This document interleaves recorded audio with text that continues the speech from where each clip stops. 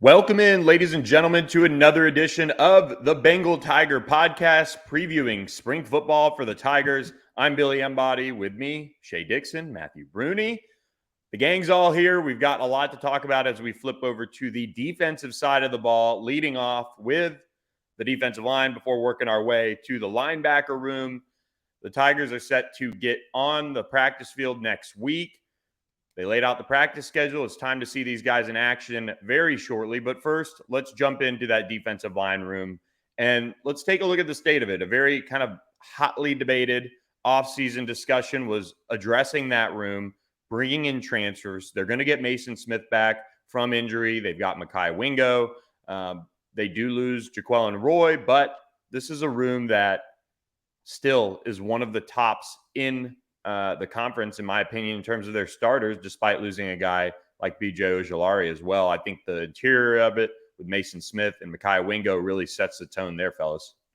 Yeah, I want Shea to go first, just to run through injuries and who is here and not here. I know obviously Mekhi Wingo, we talked about that, him missing spring, but then the early enrollees and then transfers and stuff. So I'll throw it to Shea. Okay, so we've got you return Savion Jones, Mekhi Wingo, who's obviously going to miss a little time here. Maason Smith, who's coming off injury. I'll talk about that more in a moment. Fitzgerald West, we saw playing some defensive tackle in the bowl game. Jacobian Guillory at nose tackle. Quincy Wiggins is an edge guy. Tyji Hill and Bryce Langston both still on the roster for spring ball as well. So 6, 7, 8 guys you're bringing back, which is a good number. They added a couple of transfers. Paris Shand, actually a number 5. Paris Shand, Jalen Lee, Jordan Jefferson, Ovia Gofu, Braden Swinson. Jordan Jefferson showed up and it just had some sort of surgery to clean up something on his knee. He was in a brace. So we'll see how much he's out there in spring ball. And then your high school signees, Deshaun Womack, Dylan Carpenter, and Jackson Howard. Howard and Womack are already on campus. And Womack is one guy that we'll have to keep an eye on because he had some shoulder surgery to clean something up after the season when his senior year wrapped up. And when I asked earlier on, they were like, no, he's not going to be part of spring ball. Probably not. That would be pushing it. But I saw him at the basketball game the other day. He wasn't in his sling or anything like that. So I don't know if he's just working out, not taking contact, or kind of how they'll use him. But that's the rundown on the group. About as deep as on the team. I'm at the depth at every position. And I would say beyond maybe running back, the D-line group as a whole is about as deep as any other on the roster. Yeah, I mean, before we get into the like specifics, players that we're looking forward to watching and everything like that, just from an overall standpoint, last year's defensive line was really, really good. Like, people have their gripes about Ali Gay and obviously Maason Smith going down hurt, but Mekhi Wingo, becoming an all-SEC caliber defensive tackle was awesome. Jaquelin Roy had a little bit of a down year, I guess, but and his draft stock fell a little bit, but he was very, very solid. And I think it allowed them, that front four allowed them to do what they wanted to do behind them. I think that's a big thing with Matt House and this defense, getting pressure with 4, not having to blitz as much. Obviously, Harold Perkins coming into the equation changed the dynamic because they ran different packages out there. They were able to blitz him in different spots, have him and Ojulari on the field at the same time. And we'll talk about Perkins more as a linebacker, even though he'll move around, but still they were able to get pressure with 4. They were able to hold up in the run game with 4. And I think that's something we really shouldn't take for granted moving forward, because there are guys that are going to have to prove themselves this coming season, like a Savion Jones, Maason Smith, obviously coming back off the injury. We expect him to be elite, but he's still going to have to see it. Guys like Quincy Wiggins, Jacobian Guillory to an extent, and then those transfers that we talked about. Yeah, I think if everything goes right, that Maason Smith could be the biggest storyline that nobody's talking about right now. He was set last year to break out onto the scene. Brian Kelly called it out in the preseason. He said, by the end of the year, everyone in the country is going to know Maason Smith's name. Well, that person ended up being Harold Perkins. I think that now that Maason Smith's healthy, I mean, he was gone on the first defensive series of the season, or of the year, gone for the season. Now that he's had time to recover, he'll be back out there. We'll see him kind of get back to full health by fall camp because he'll have a full year of recovery under his belt. if he's healthy, he's as good as anybody out there on the defensive line at any of these SEC schools that they will match up against. I think he's the type of player that can be the difference between having a very good year and having a great year. I just think he has that kind of impact every week. So big Maason Smith fan. Just think people are forgetting about him. Like he's not going to be on any preseason list or, any, hey, watch out for this guy, because all that's based on what happened a year ago. He's sort of, now everybody's sleeping on the reality that this was a 5-star that everybody wanted, that was supposed to have this blow up sophomore year, and it got cut short before it began. So I'm excited to see him back out there. Yeah, there was a list where that didn't have him in the top 10 defense tackles, but had Mekhi Wingo, I think, at 6. And I was like, if Mekhi Wingo's 6, Maason Smith is right there, if not higher. Like Maason Smith, that if he gets back to where he was and can perform for a full season at that level, he's a first-round pick. Yeah, I think Pro Football Focus should be sometimes on no context college football, because and it was they left him out, and there needs to be context with Maason Smith because he's a freak. It kind of reminds me of when Caleb Von Chasson tore his ACL, early in his career, and then bounced back, and obviously ended up NFL draft pick. I think Maason Smith's got even more upside than that, and Caleb Von's an unreal athlete, but so is Maason Smith, especially for how big he is. We saw him play defensive end a little bit early in his career. Now I think he's a full-fledged, interior guy, as they try to, get him ready for the NFL and all of that. And I'm interested to see how they bring him along. How does he progress through spring? If he does a little bit, a lot, what's that status for him? Because, he's missed, all last season pretty much. And, you need him to shake a little bit off of the rust off, but at the same time, he is one of your players that you are counting on in the biggest sense. So I think proceed with caution. If I'm LSU, keep him in bubble wrap of sorts, let him run around, get in even better shape, and see where the cards fall with him. I think in terms of proving something, he's going to have that chip on his shoulder. He's going to want to show people what he's all about because he hasn't really gotten that chance yet. I will say this before we dive into the questions, and this applies to every position, not just D-line. I am firmly in the boat and off sailing in the middle of the sea of letting guys get things cleaned up, letting guys take it easy who have proven themselves and are valuable enough to where you can't have any setbacks. And like Aaron Anderson is going to miss a little time. It looks like he had something minor cleaned up with his knee that had bothered him at Bama. Do it, because when I was talking to people who are close to Anderson, they said, or at least the situation, they said the goal for us and Aaron is by fall in the season, I want to be at 100%. I don't need to be at 90 and 85 and be working through spring ball and going backwards. So there will be a lot of starters that are out, and I think that's obviously it's a necessity. If you've got an injury, you're going to get it worked on. But Matty B's talked about this a lot. Mekhi Wingo led the nation in snaps last year. Like Jaquelin Roy wasn't far behind him. Mason Taylor eventually became the only tight end they played. Like these guys were playing with arm braces, neck braces, everything by the end of the season because they were banged up. And this is the result of it. You use the offseason to get healthy again. So I think spring will give us a good view of the roster as a whole. And what I mean by that is who's kind of the middle of the pack guys and who's kind of coming up to maybe start to earn playing time. Those guys will get a lot of reps in spring ball if indeed some of these bona fide starters are not out there. Yeah, and I think as you talk about the starters and we time to dive into that a little bit, do you guys see, I mean, for me, it's fairly simple. I'm going to answer the question before I ask it. Maason Smith and Mekhi Wingo are two guys that are locked in as starters for me. Do you guys see that across the board as well? Guys that have, at least a really strong hold on a starting job entering spring ball? I think those two do. I will say it's going to be interesting because Jaquelin Roy played a little bit more of that zero technique at times, like a true nose tackle. Not all the time, but a lot of the times he was in that spot, and that's not where Maason Smith and Wingo necessarily play or where they thrive at. I'm not saying they can't do it, but that is something that I think Jacoby and Guillory and Fitzgerald West can do a lot. So maybe they're, they'll toy with it, and wherever they need the zero technique guys, they'll put Guillory or West in or whoever. Or obviously, we haven't talked about the transfers yet, but Jalen Lee can also fill that role out of Florida. Jordan Jefferson, maybe? Yeah, kind of. Jefferson can do that too. He's kind of a guy who can move around. So yeah, though that's kind of going to be my only question mark with that specifically defense tackle. But obviously, Wingo and Smith are two of the best defensive tackles. I think they're going to be two of the best defense tackles in the SEC. So I'm not really worried about it. If we're looking at it in the sense of just like D-line, DN, stand-up edge rusher, and you told me that the DN spot was an open one, like I have no doubt Maason Smith and Mekhi Wingo will start. I just like Matty B said, I don't know exactly where they go. I'm sure there'll be multiple. They'll be moving these guys around all the time. I'm certain of it.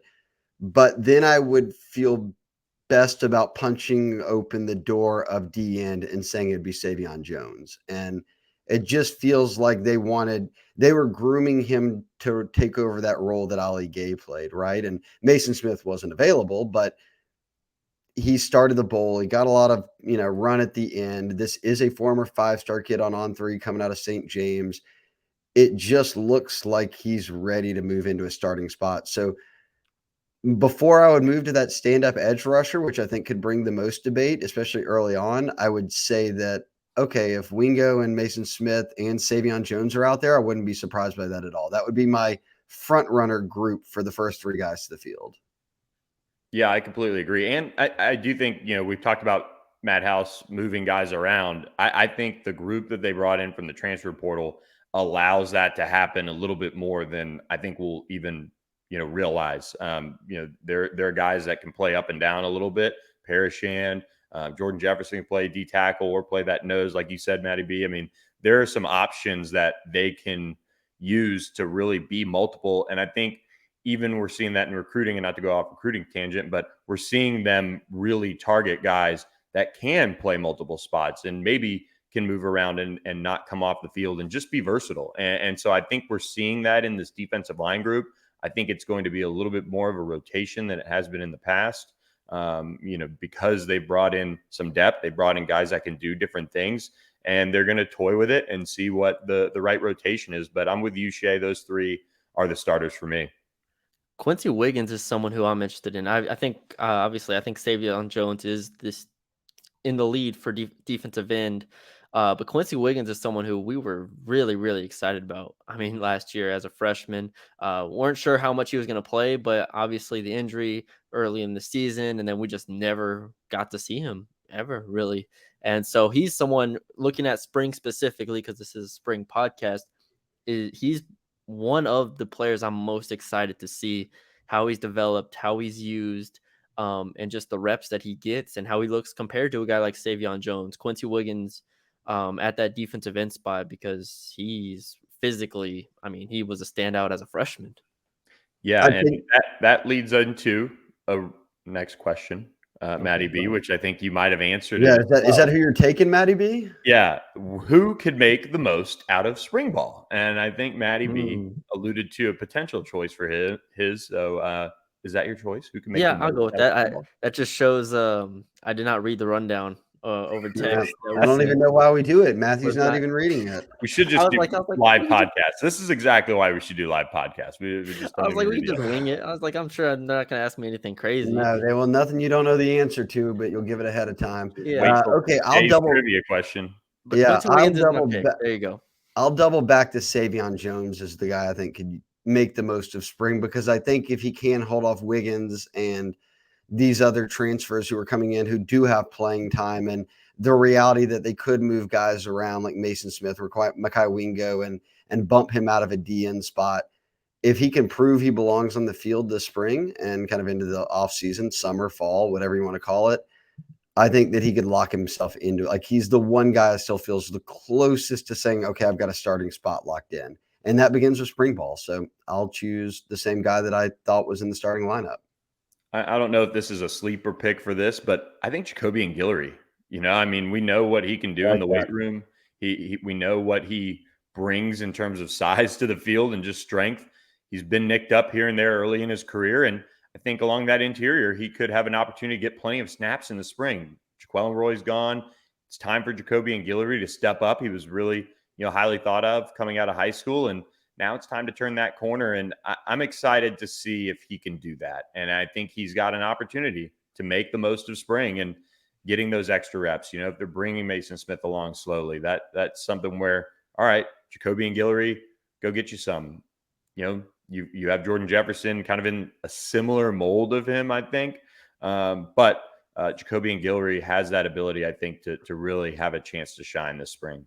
I'll add one quick thing on Jacobian that I'd picked up, and I may have mentioned this on the board before. I'm not sure about the podcast, but I had someone close to the program tell me that he will take a massive jump because Jaquelin Roy is no longer in the room and no longer in the picture. And what they meant by that was what Matty B was talking about earlier. Jaquelin Roy was great for them. He also played like the 7th or 8th most snaps of any D lineman in the country. So I think Guillory knew, like, I'm not going to get on the field that much. And now that Roy's gone, it's wide open for him. So you would hope that turns the light on to say, hey, I'm nearing the end of my career. I could start. I'm going to get a lot of playing time. I'm going to elevate my game this offseason in a big way. We know he can do it in the weight room. Get him in conditioning shape. Make sure he knows kind of what he needs to be doing assignment-wise every play. And I think let him go. I'm with you. I like that pick.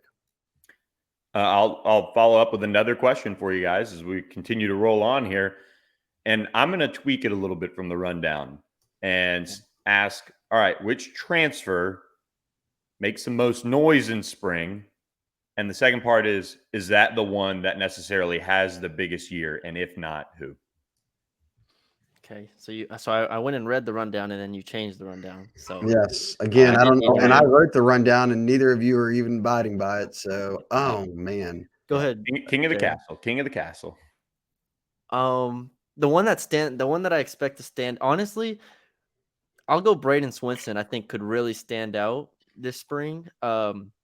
Because I think athletically he can look the part. Athletically, I think Braden Swinson can stand out at that jack spot. Whether, you know, we've talked about Ovia Gofu on the board before, transfer from Texas. Braden Swinson has that athletic upside that I think we'll see a lot from Deshaun Womack. Maybe not during the spring, but just throughout his career. Braden Swinson athletically, I think will stand out if we're able to watch practices. I think he'll stand out to his teammates because his production wasn't very high at Oregon. He wasn't very high on my transfer rankings or whatever you call it.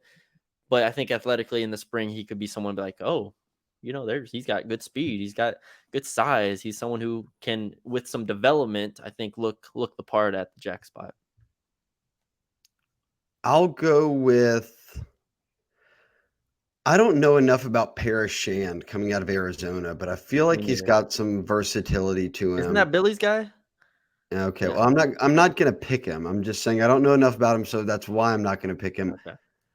I think Ovia Gofu coming out of Texas could be a guy that creates some storylines in the spring that may or may not carry over into the fall as being like the biggest impact player, but I do think he'll be key. He's got 1 year left, but I say that I think he stands out because he comes in with a lot of experience. He's played for Brian Kelly before at Notre Dame. He's played at a high level at Texas. He understands what an offseason is like. So there should be no hesitation there. And then if Womack is, you know, if they're taking it easy on him, they're looking for a Jack replacement or at least a BJ Ojulari replacement. And the other guys are other transfers. Braden Swinson's in there. You know, we'll see who else kind of gets mixed in. Jackson Howard and some other signees they have. But for me, spots or at least reps are there to be had. Snaps are there to be had at the edge spot. So I'll choose the veteran of that group, the guy who's going to be the most experienced. I like that pick, Shea, especially for the spring. And I'm going to go with Paris Shand. I like the way he's kind of trended up, at least in his production over the course of his career. He's still relatively young. He's, you know, getting, you know, to a program that I think has a little bit more tools around him to succeed at LSU rather than, you know, no offense, Arizona. And I like his ability to play multiple spots. I think he's got the size to do it a little bit. So I'm intrigued by how they maybe move him around. Maybe that's not the best thing to do either, coming into a new defense. Maybe it is learn one spot. But I do think, you know, when it comes to the season, he'll have a chance to maybe move around and play some different spots. But I think he'll have a chance to really surprise this spring. I would have picked Jordan Jefferson, and that's my pick for the season as far as biggest impact along the defensive line from the transfer hall. But with him being nicked up, that's a little bit of a question mark for me. Yeah, that's Jordan Jefferson was third on my like transfer rankings list. I love Jordan Jefferson. I think he has the potential to be very good. The question is he's not as young as what Mekhi Wingo was last year. So he's not, you don't have that projection of like, oh, he can do this in the future. He has to perform this year, and I think he will perform this year. Obviously, like you said, we don't know his status for spring 100%, but it's hard on a spring podcast to say he's going to look great during the spring. But I think when the season comes, I'm very high on Jordan Jefferson and the talent that he has. Well, if we know anything about Jordan Jefferson, is that he always had potential. That's right. That is right. The original one. I'm going to put these names all the time, too. I've called him Justin a lot already. Oh, man. Tough look for him. Those are some lofty expectations to live up to, Shea. He does. I will say, kind of Shea's point, I think of Ovia Gofu could very well be the starter against Florida State at Jack. Like, that wouldn't surprise me at all, just because of the experience, because I think he's better than what his stats showed at Texas. I mean, we have film on that, of how he played against Alabama and TCU and some teams. And maybe we're very, very high on Deshaun Womack. We are a very pro Deshaun Womack podcast. We love him. But expecting him to step in and be day one starter, maybe that's not exactly where they want him. Maybe he starts game 3, 4, 5, who knows. But I think Ovia Gofu could be, the starter at Jack come the start of the season. Well, fellas, anything else to add on the D-line? Any other tidbits, thoughts? I read the rundown. I think we're good. I'm good. That's it. We're transitioning to linebacker here now. Yeah, I like the D-line group. I think they've got a lot of good options here. Last year they had to really rely on like 4 guys to do everything, and that will not be the case this year. Yeah, no, I completely agree. It's just a different feel around the group. There's options, there's some questions, but there's certainly options and versatile ones at that, as well as some household names like a Mekhi Wingo and a Maason Smith. So, guys, before we talk about the linebackers, we do have to let our subscribers to our YouTube channel feel the love. Over 3,100 of you guys. Appreciate you guys who have hit that subscribe button to the YouTube channel. Please do if you haven't already. For those of you who don't subscribe to the BengalTiger.com, please hit that subscribe button. Join us. $30 gets you access until September 1st. Pretty good deal there for plenty of time on the site, as well as look out for our spring football special, which will hit the internet next week.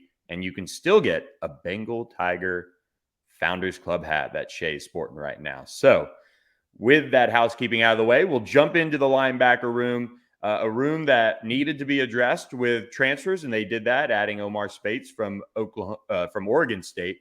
And then they bring in Whit Weeks as a mid-year early enrollee. This is a room that has a guy in Greg Penn, obviously some star power in Harold Perkins, but it's also relatively thin. They're still hunting for an addition in the transfer portal at some point. They would like one. But this room right now in the spring has some key guys that are returning, but also they're pretty thin in a way. Yeah. Harold Perkins is obviously the X factor, but we'll save him for a second.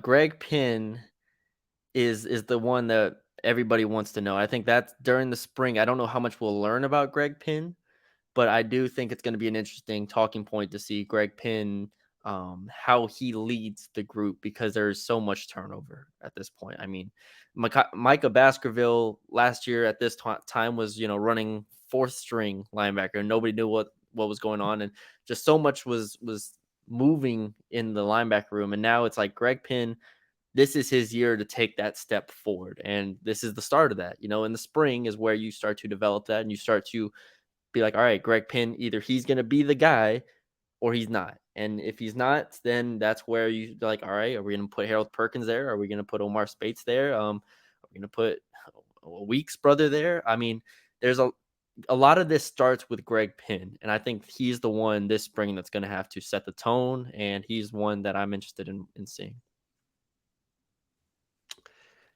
We're going to talk about, I wrote the rundown, so I know what we're going to talk about. We're going to talk about what I think the biggest storylines are, which are Is it really deep enough, or is it a concern? Because I think that's one position that people do look at and say, man, y'all really don't have many players at that spot.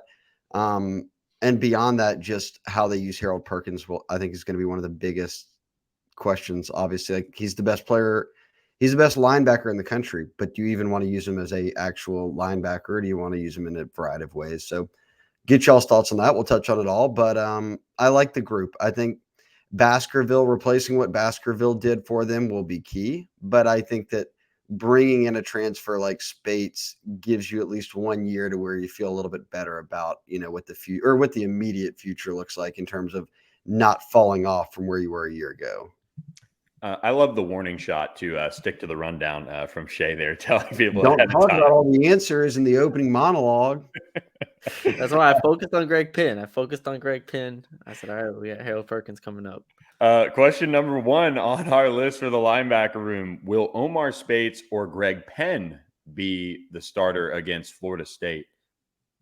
Who wants? I think I had I think I had will Spates and rundown, Penn please. start on day 1? Please well, I read guess the that's an interesting one because where's Harold Perkins fit into that too? So it's a second question. I do think they will be the 2 inside linebacker starters.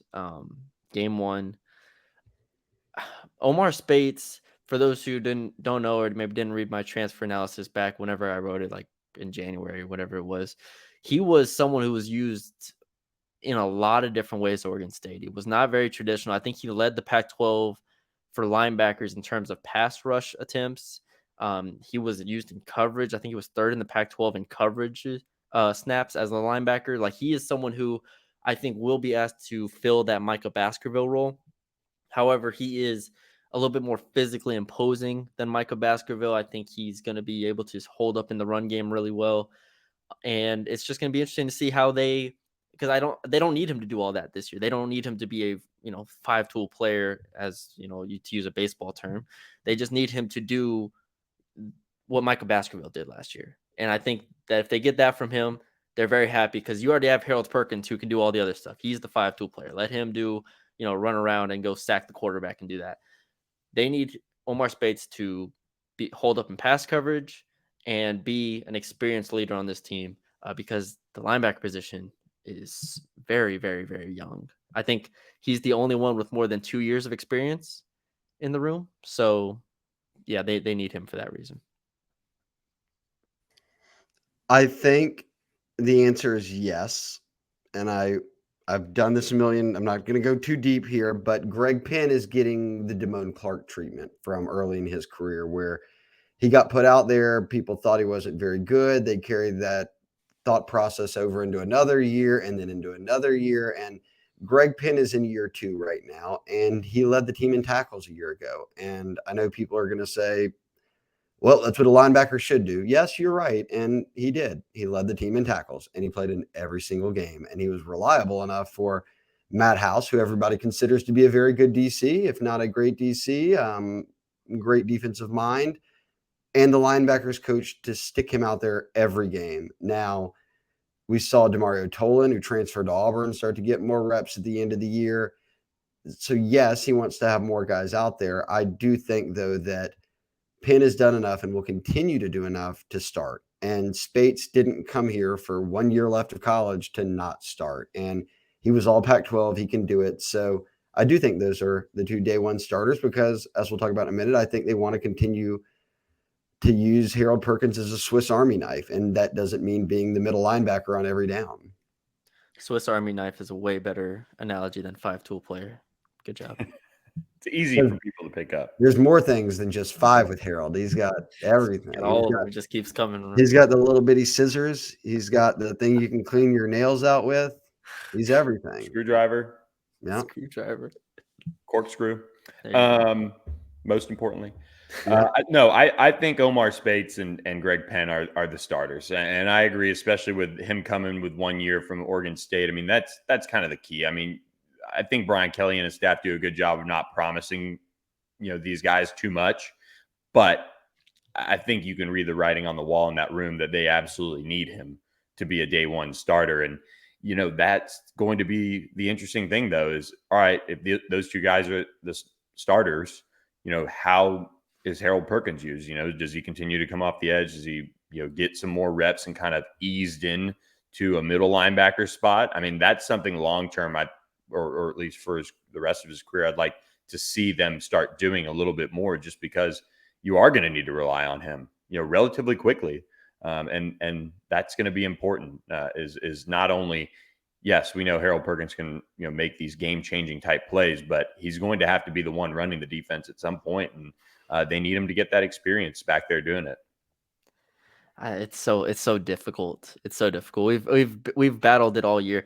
He is so elite as a pass rusher that I just don't want him to be restricted as, a middle linebacker. And not saying middle linebackers can't, or inside linebackers can't rush the passer, because they can, sure. But what he did last year was so special that it's like, I don't want him to even play or think about having to play the role Greg Penn is playing. And I think you're right to the point where, like, eventually, maybe at year 3 or going to the NFL or something, he'll be an inside linebacker because he's not big enough. He's not quite that size of, a traditional defensive end or a jack linebacker. But man, the way he rushes the passer, I think you just have to start your base defense and do what you did last year, where you bring him in for those packages where you run a 3-4, for lack of a better term, where you just kind of either sub out the defensive end or sub out one of the D tackles, and you kind of just go with him and Ovia Gofu as at the edges, and then just attack from there. It's just, you have to have him on the field in an attacking role, in my opinion. In my opinion, he's too talented, he's too dangerous, and that's just where I think he needs to play. I don't want him reacting to stuff. I know that's what Brian Kelly said, is like, we're working with him, at the middle linebacker spot eventually, all this stuff. Right now, he is way, way too good, in my opinion, to just stick him back there and continue to learn. I want him just to attack. They start the season with Florida State. They don't start with a week 0 game against an FCS school. Like, he has to be from day one ready to go get Jordan Travis.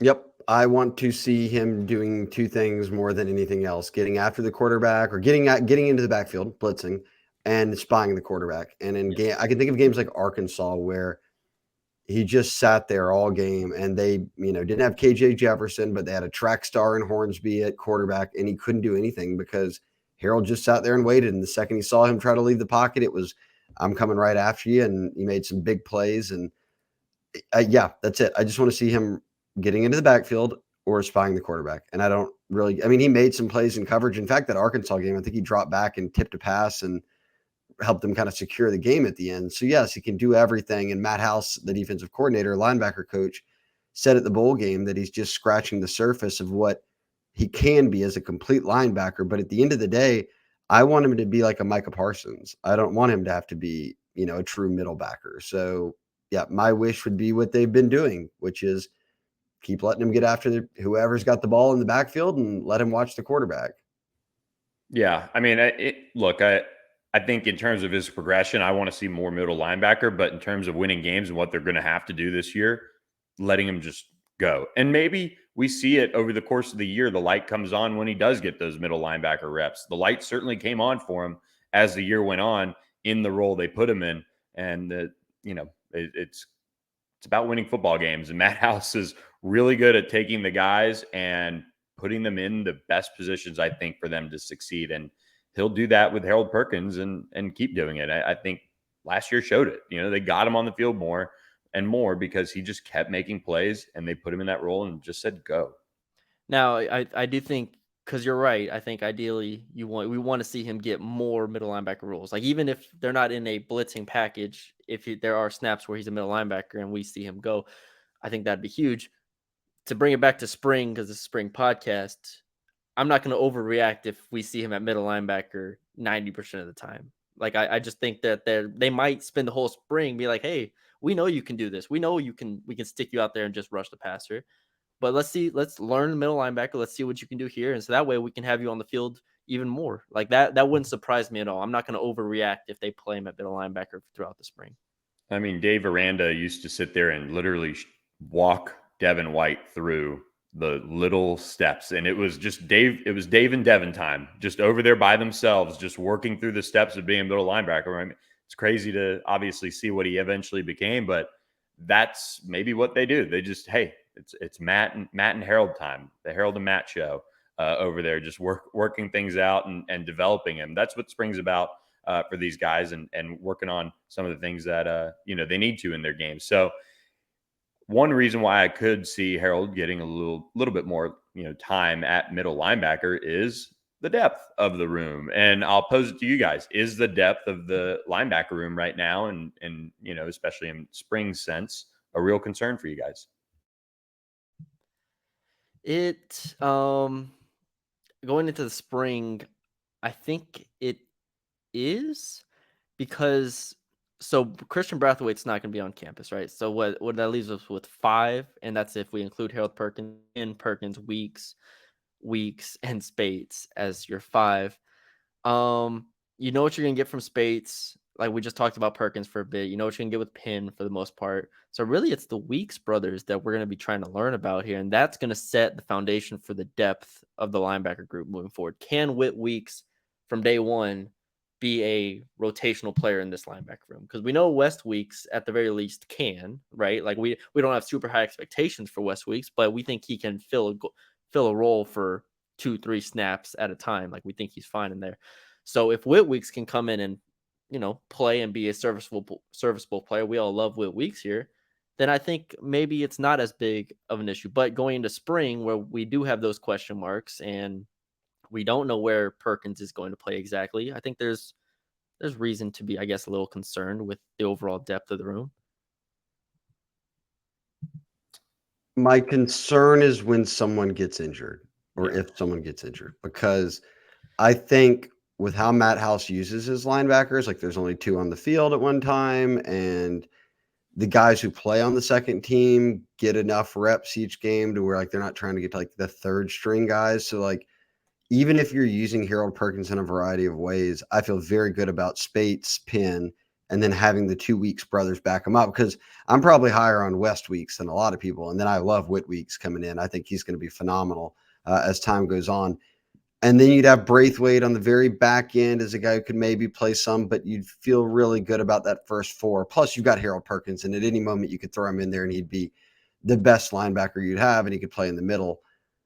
If you take one of those guys out, I start to worry, because then Braithwaite is in your 2 deep. And beyond that, you have nothing. And I'm not saying Braithwaite's a bad player. I'm just saying he's not what Harold Perkins was as a freshman. He's not on that. He's not where Whit Weeks is as a freshman. So putting those sorts of expectations to like play in what could be key spots might be a lot. So I will not be surprised at all, because they're targeting this, if they get another linebacker before the season starts, like in the second portal window. And it does not have to be a starter. In fact, maybe their best shot is someone with multiple years left who has no problem being a backup. Yeah, like a West Weeks. 100%.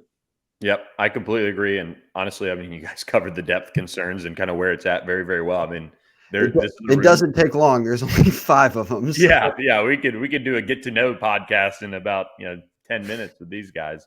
It's a good room to end on because once we're done, there's not too much else left to debate. But we can do a Harold Perkins only podcast. Well, Billy, days in the summer. Billy, I had a question for you, because you saw Whit Weeks in person most recently.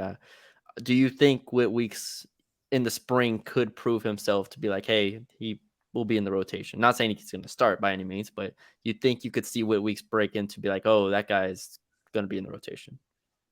I do. I mean, I'm that high on him. And look, I mean, there's 15 practices and, there's 5 guys out there. So he's going to get plenty of reps right now. And I just feel like he's got to get bigger, which I think he will. But he has really, really good sideline to sideline speed. I mean, he ran down some of the best athletes out there at the All-American Bowl. I mean, really, really impressive running backs. I mean, covered tight ends, and he just did it all. I mean, that's why he was one of our top performers. That's why he rose up to right near the top of the linebacker room group in the 2023 class. His speed is, I think, very underrated in his game. I don't think he ever went and did anything verified late in his career. But I mean, to run down some of the guys that he did and be able to diagnose like that, I think when you have a week like that going against the type of players he was, that shows me right away he's going to be pretty comfortable at LSU. And as long as he picks up that playbook, which I think he will, he's going to be more than fine. And when you're in the SEC, I mean, yeah, you need the size up front or, things like that, but it's all about speed. That's the thing that separates this league from all the rest of them. And Whit Weeks has it. Literally just, I don't need the verified times. Just turn on his tape. I turned it on in, I don't know, was it November or even earlier than that? And you just watch him play offense. Right. As a receiver, as a runner, and you're just like, okay. Like, but after watching Harold Perkins' offensive tape, obviously it's a different level. I'm not comparing the two, but I'm saying, offensive tape, and then you see Whit Weeks' offensive tape. I'm just going to start watching. I just want running backs to convert to linebacker from now on. That's what I want. And he did it in Georgia at a relatively high level, which is Georgia's got great competition across all levels, but at a good school and was just dominant. He was by far the best player on the team. Yeah. Yep. I think he's got a really bright future, and I think he's going to be in the two deep when it comes to the season, unless they, really go out and find somebody who's going to be, a starter quality type of player in the transfer portal. So very high on Whit Weeks. It's a Harold Perkins. It's a Whit Weeks podcast. It's a Deshaun Womack podcast. We're high on all those guys and some others that we'll talk about on the next edition of the LSU Spring Football Preview podcast that we're running. We're just 1 week away now, guys, from spring ball. Hope you guys enjoyed this edition of the podcast. Please hit that subscribe button to our YouTube channel. Help us out with that. It takes just seconds right in front of you on that screen there. And subscribe to the BengalTiger.com. Get your free Founders Club hat. We appreciate all you guys who are on the board, reading, watching, listening. We'll catch you next week. Spring practice is almost here. Thanks for listening and have a great weekend, everyone.